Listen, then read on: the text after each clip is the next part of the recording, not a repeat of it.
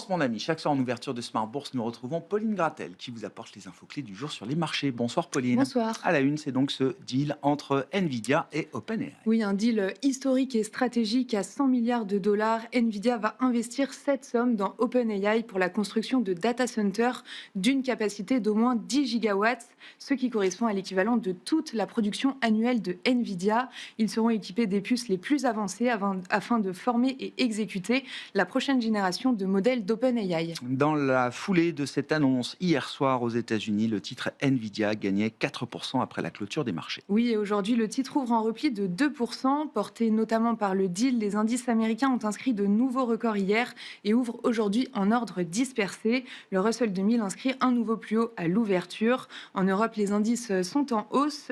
En France, le CAC 40 gagne plus de 1%, au-delà de 7 900 points, soutenu par ST Microelectronics et les valeurs du luxe. Oui, de belles performances également pour certains titres spécifiques en Europe et notamment pour le titre du britannique Kingfisher. Oui, le titre bondit de près de 20% au meilleur de la séance après la publication de meilleurs résultats semestriels que prévu. Le propriétaire de Brico Dépôt et Castorama annonce également accélérer son programme de rachat d'actions et relève ses objectifs annuels. Et puis autre performance remarquée aujourd'hui, la hausse du titre Ørsted au Danemark notamment qui bondissait de 12% ce matin à l'ouverture. Oui, un juge américain a autorisé la reprise des travaux d'un parc éolien sur les côtes de Rhode Island. Le projet, terminé à 80%, avait été gelé par l'administration Trump le mois dernier. Le secteur de l'énergie est en hausse en Europe. Nordex et Vestas gagnent 3%.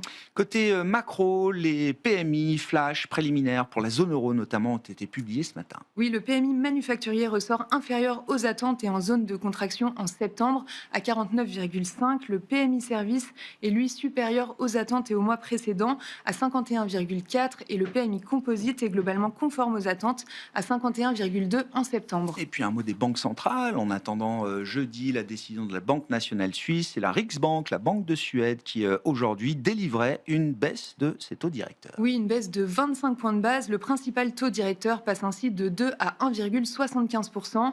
La Banque de Suède a fait comprendre que les taux allaient rester inchangés pendant quelques temps si les perspectives de croissance et d'inflation n'évoluent pas. La BNS, elle, devrait maintenir un statu quo pour cette réunion et donc maintenir des taux qui sont déjà retombés à zéro en Suisse. Que peut-on dire d'ailleurs des équilibres observés sur les marchés obligataires aujourd'hui, Pauline? En Suède, après la décision, le rendement de l'obligation à 10 ans est stable à 2,65%. Le rendement allemand évolue autour de 2,75%. Aux États-Unis, le rendement à 10 ans se stabilise autour de 4,15%. Sur le marché des changes, l'euro-dollar se traite autour de 1,18. Enfin, l'or inscrit de nouveaux records à plus de 3 800 dollars. Quel sera le programme de demain sur les marchés pour les investisseurs? Ce soir déjà, on attend la prise de parole de Jérôme Powell qui va s'exprimer pour la première fois depuis la baisse des taux de la Fed la semaine dernière. Et demain, on regardera l'indice IFO allemand du mois de septembre.